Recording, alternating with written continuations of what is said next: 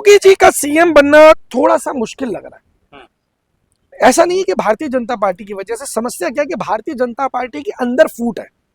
भाजपा के खुद लोग, जिसमें से नरेंद्र मोदी का एक जो धड़ा है या अमित शाह का जो धड़ा है, वो कहीं ना कहीं योगी को डोमिनेट करता है। और योगी और मोदी जी के बीच में आपस में एक कंपटीशन हमेशा से रहा है, जिसकी वजह से मुझे ऐसा लगता है कि इस बार कुछ तो भाजपा का भी विरोध हो रहा है, योगी जी के प्रति भी एंटी इनकम्बेंसी है, और तीसरी चीज मोदी जी को जो अपना जो मुद्दा सीधा करना होगा, तो वो कहीं ना कहीं जो है मुझे लगता है कि उसको छोड़ेंगे नहीं, इस विकल्प को छोड़ेंगे नहीं। सीधा जवाब करे ऐसा कोई सगा नहीं जिसे भाजपा ने ठगा नहीं। सो ये बड़ा ध्यान रखने का। भारतीय जनता पार्टी किस हिसाब से इलेक्शंस को मैनेज करने का काम करती है, इसीलिए भारतीय जनता पार्टी मेरी सबसे पसंदीदा पार्टियों में से एक है, क्योंकि कंपटीशन करने के लिए मिले तो एक अव्वल दर्जे के व्यक्ति से मिले तो मजा आता है। हमें मालूम है कि वो किस तरीके से लड़ाई को लड़ रहे हैं, किस तरीके से ऑर्गेनाइज कर रहे हैं सिस्टम को, उस सिस्टम को किस तरीके से खाया जा रहा है, किस तरीके से उस सिस्टम के ऊपर कब्जा किया जा रहा है। और आप बात करें इलेक्शन जीत गए हैं, जितना तामझाम भाजपा के पास है ना मैडम, अगर आपको मैं दे दूंगा ना तो 2-4 स्टेट में तो सीएम आप भी बना लोगे। वो तो देंगे, उनके पास विकल्प ही कुछ नहीं है। मैं आपको बता देता हूं, भाजपा की ट्रोल आर्मी बहुत बुरी तरह पिट रही है, बहुत बुरी तरह पिट रही है भाजपा की ट्रोल आर्मी। अमित मालवीय की नौकरी खतरे में आ चुकी है। जहां भारतीय जनता पार्टी 10,000 लोगों को 1-1 लाख रुपए महीना देकर सोशल मीडिया पे गाली गलौज करवाया करती थी, आप लोगों के वीडियोस के ऊपर गाली गलौज हुआ करता था, हमारे वीडियो के ऊपर गाली गलौज हुआ करता था, उन 10,000 लोगों की जगह आज बोलने वाली जनता की संख्या 1 लाख है। आज वो केवल मात्र जनता अगर एक कमेंट कर देती है तो उस कमेंट का जवाब भी नहीं दे पा रही है भारतीय जनता पार्टी के ट्रोल मतलब क्या है जी। 50-50 देने महिला को देने वाले। देखिए मैं आपको क्या बोल रहा हूँ, वो क्या है, से पहले ही अनाउंसमेंट, कच्चा लालच, और देश ऑलरेडी बर्बादी की कगार में है। और जो अदृश्य शक्ति भारत के अंदर भाजपा के पीछे खड़ी है, वो अदृश्य दैत्य, वो अदृश्य राक्षस भारत को खाने के लिए इस देश के अंदर है। उसका कोई रजिस्ट्रेशन नहीं है, हर गली हर मोहल्ले से वो घरों को लूट रही है।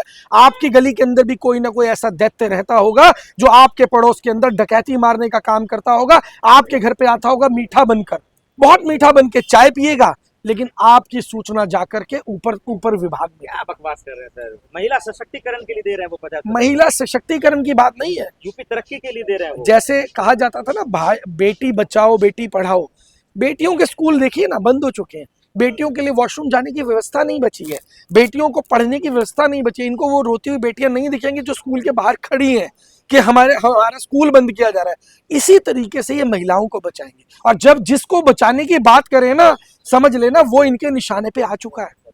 ये मैं आपको बता दे रहा हूं, जिसको बचाने की बात करें ऐसा कोई सगा नहीं जिसे भाजपा ने ठगा नहीं। सो ये बड़ा ध्यान रखने का विषय। तो 50,000 मतलब सिर्फ लालच के लिए दे रहे हैं, वोट खरीदने के लिए दे रहे हैं। देखो यार, अब मैं आपको एक बात दोबारा से एग्जांपल दे देता हूँ, आपको ना एग्जांपल के बिना बात समझ में नहीं आती है। एक चोर होता है, आप वो सोचता है कि जब आप घर पे नहीं होंगे तो पीछे से आएगा और वो चोरी करके चला जाएगा।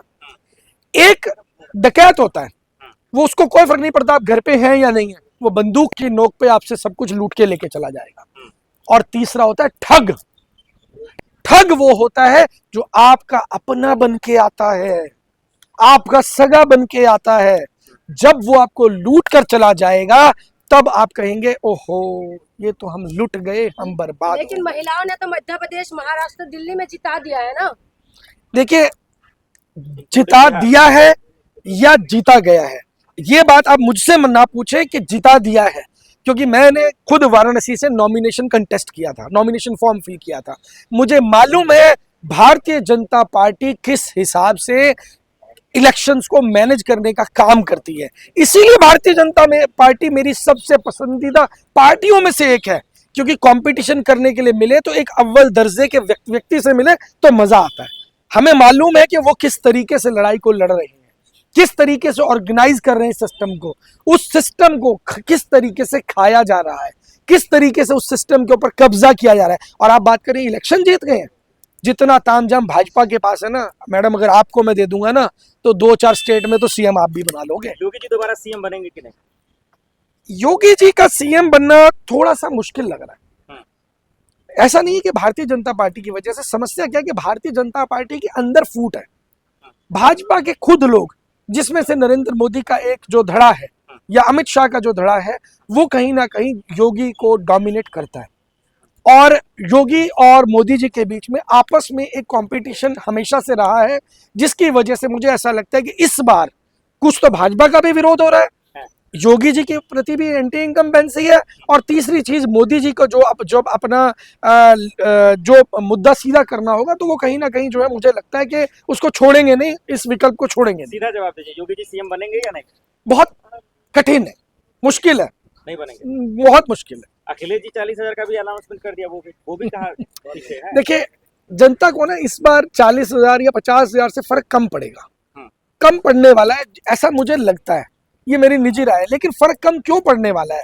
क्योंकि अब जिस तरीके से देश का जेनजी बाहर निकल के आया है, अब तक लोगों को ऐसा लग रहा था कि माहौल मोदी जी के फेवर में बना हुआ है, लेकिन जेनजी के पहले तो 2024 के चुनाव में आप देखेंगे तो जितनी कम वोटों से मोदी जी जीते उसमें दिख चुका था, लेकिन अब जेनजी की आवाज ने और दिखा दिया है, सोशल मीडिया ने दिखा दिया है कि भाजपा के फेवर में कोई भी माहौल किसी भी तरीके का नहीं है।